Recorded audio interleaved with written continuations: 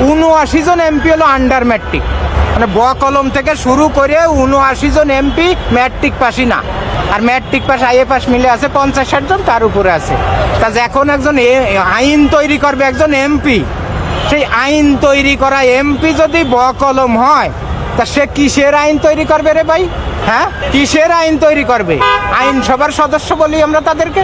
MP মানে আইনসভার সদস্য, সংসদ মানে আইনসভা, আর এমপি মানে আইনসভার সদস্য, তারা দেশের আইন তৈরি করে। তারপরে সেদিন দেখলাম পার্থ সাহেব ইংরেজিতে ভাষণ দিচ্ছে। উনি ভালো ইংরেজি বলতে পারে, ব্যারিস্টার মানুষ, তেমনি ইংরেজিতে ভাষণ দিচ্ছে। এখন কথাগুলো খালেদা জিয়ার পক্ষে না বিপক্ষে যাচ্ছে, ওই চিন্তা তারা তো আর বোঝে না। ওই সেই ব কলম এমপিরাও টেবিল থাপড়াচ্ছে।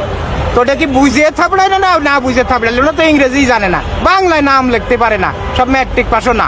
তা ওরা তার ওই ইংরেজি দাঁত ভাঙ্গা ইংরেজি ও তো বোঝেই না। তা তোরা কিসের উপর বর করে কি বুঝে তারা টেবিল চাপড়াচ্ছে? এই এমপিরা আবার কি করতে পারে? তাও তো এখনো মারামারি পর্যায়ে যায় নাই। আওয়ামী লীগ হলে দেখতেন মারামারি ফাটাফাটি হয়ে যেত।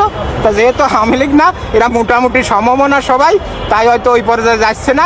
কিন্তু আপনার প্রশ্নের উত্তর হলো ওইটা, যে সংসদে প্রায় 100 জন এমপি আছে আন্ডার ম্যাট্রিক পাসই না, তারা আবার আর এক ব্যারিস্টারের ভাষণ শুনে টেবিল চাপড়াচ্ছে। এখন তার পক্ষে বলতেছে না বিপক্ষে বলতেছে, ও তো নিজেই বোঝে না। তো কিসের উপর ভিত্তি করে টেবিলে চাপড়াচ্ছে?